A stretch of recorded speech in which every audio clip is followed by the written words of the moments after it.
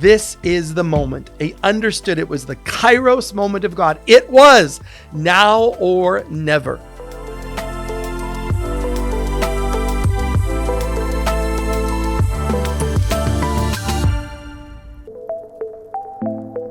So what in the world is Yom Ha'atzmaut? Yom Ha'atzmaut. Let's dive into it, all right? Yom Ha'atzmaut literally means the Day of Independence or Independence Day. So if you're an American, you have the 4th of July.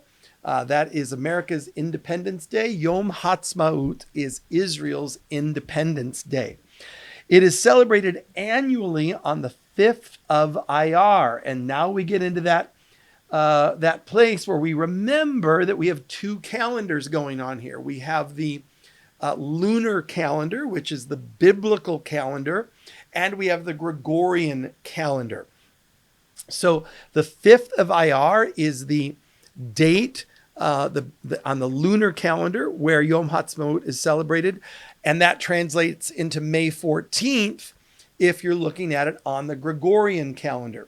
So it's a little confusing there, as all of these Israeli biblical holidays are, or modern holidays, because they follow the biblical calendar when the celebration takes place. But for our purposes, May 14th, 1948 was the date on the Gregorian calendar where this took place, which was the 5th of Iyar on the biblical calendar.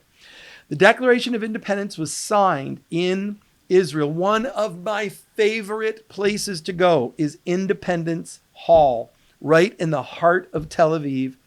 It is, to me, the site of a miracle. And the story is amazing. And I want us to understand David Ben-Gurion's absolute courage. We have to understand the context here of what is happening. The British mandate has been in place in this region called Palestine. The Brits have been there ruling Palestine for decades. Prior to the British being there, it was under the control of the Ottomans, the Ottoman Empire, modern day Turkey. Please note, as we talk about that prior to 48, there was no country called Palestine.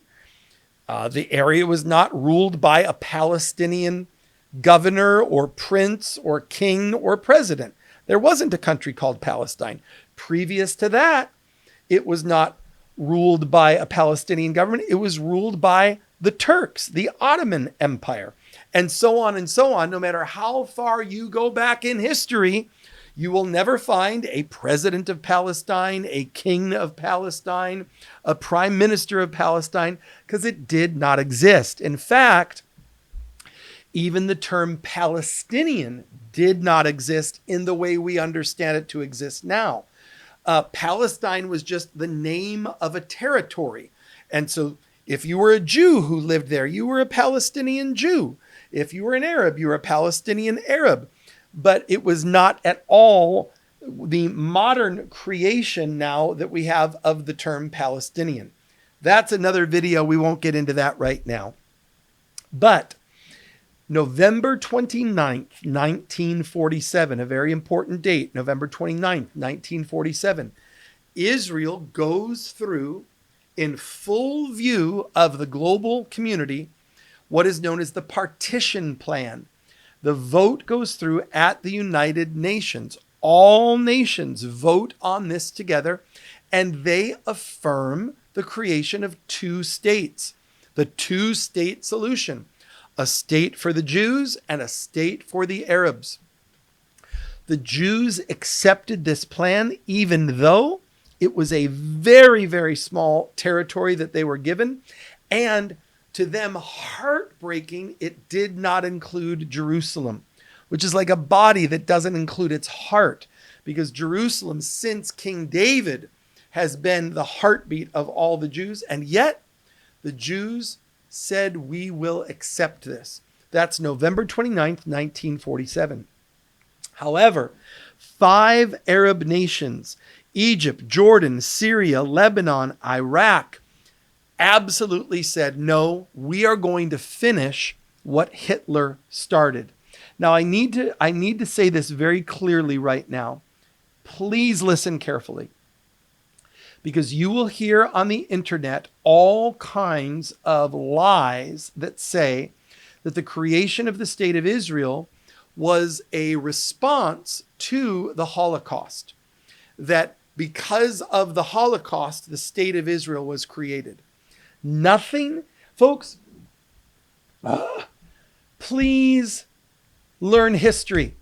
Please don't just post things and not become educated. The beginning of the return back to Israel, first of all, it's for centuries, but even more clearly, you're going into the late 1800s. This is before Nazism is even thought of. The late 1800s, Theodor Herzl gathers the Jewish leaders in Basel, Switzerland, for the world's first Zionist Congress. And in 1897, they're talking about the creation of the Jewish state. Why? Because Jews had always lived in Jerusalem. Jews had always lived in the land of Israel. Certainly no one is saying that there was a Jewish state, not even necessarily a Jewish majority, but there had been an unbroken presence of the Jewish people in that land and in the prayers and in the heart. And since there were attacks and pogroms and anti-Semitism, the Jewish people said, could we believe that it's time to go back to our ancestral homeland? So the return of the Jews far predates the Holocaust. And that's a very, very important fact to know. It began really in the late 1800s, even though before that also there was an unbroken Jewish presence. The United Nations votes, the two-state solution is put in place, the Jews accept it, the Arab world does not. And folks, ever since then, the Arab world, the radicalized Arab world, has refused to accept the creation of the Jewish state of Israel. 5 Arab nations attacked, well-fortified nations. They had armies, they had tanks, they had air forces. Ben Gurion had 600,000 Jews, many of whom had just escaped from Auschwitz and Birkenau and Ravensbrück. They had just escaped from the death camps. And literally, like a story out of the Bible, the Jewish nation lives. They beat back 5 Arab nations that are attacking them. They beat back these Arab nations and they are victorious. As they are victorious, what happens? There's a war. Folks, in war, there are winners and there are losers. And the Arab armies lost the war. This created refugees, because there are refugees that are created in every single war. Find a war that doesn't almost always create refugees. And what happens when there's refugees? People come in, and those refugees, usually within a matter of, most times, a few years, are resettled. Only in world history, only in the case of the Palestinians, have those refugees not been resettled. They could have been resettled to Egypt, to Jordan. That was the territory that was largely first set aside for the creation of the Arab state. But no. Why? Because the greater Arab world understood we can use the Palestinian refugees as pawns and keep them as a point of great difficulty for the newly recreated state of Israel. Ben Gurion welcomed those Israeli Arabs who stayed in peace. And today, there is approximately 20% of the state of Israel are Arabs, Muslim Arabs, Christian Arabs, Druze, the Druze Arab community.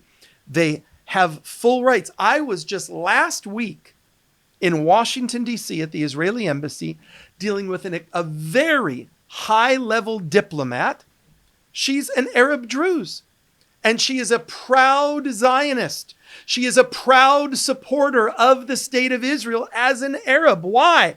Because she is an Arab woman living in the state of Israel, does not live in fear or terror that if she doesn't have her hijab on correctly, that the modesty police are going to come and beat her. She has the freedom to drive. She has the freedom to vote. She has the freedom to practice her religion or not practice her religion. Do you think those rights are afforded to women in most of the other Arab countries? Absolutely not. But I digress. We're talking about Yom Ha'atzmaut. So what I want to say to you is this. Yom Ha'atzmaut is the Day of Independence. It's the 5th of Iyar on the lunar calendar. It's May 14th on the Gregorian calendar. But we celebrate the recreation, not the creation, the recreation of the Jewish state of Israel, founded by King David over 3,000 years ago, refounded by another David Ben-Gurion, who against all odds said, this is the moment. He understood it was the Kairos moment of God. It was now or never. And the Jewish people recreated the state of Israel, which today flourishes as the only functional democracy in the Middle East with rights for all of its citizens. Is it a perfect nation? No. There are no perfect nation, but it's a darn good one.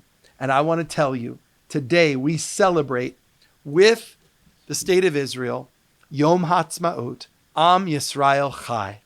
God bless Israel, and keep praying and working for the peace of Jerusalem. And now, join with me as we experience together the Hatikvah, the hope, the national anthem of Israel.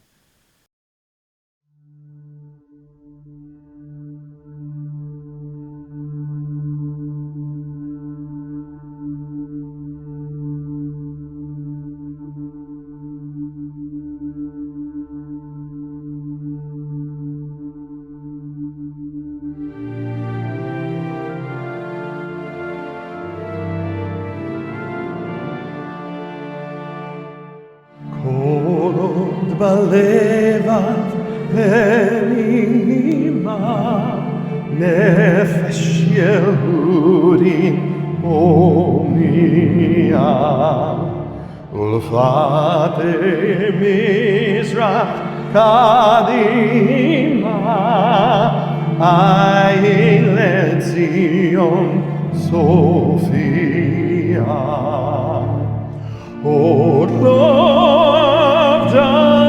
תקוותנו, התקווה בת שנות 2000, להיות עם חופשי בארצנו, ארץ ציון ירושלים.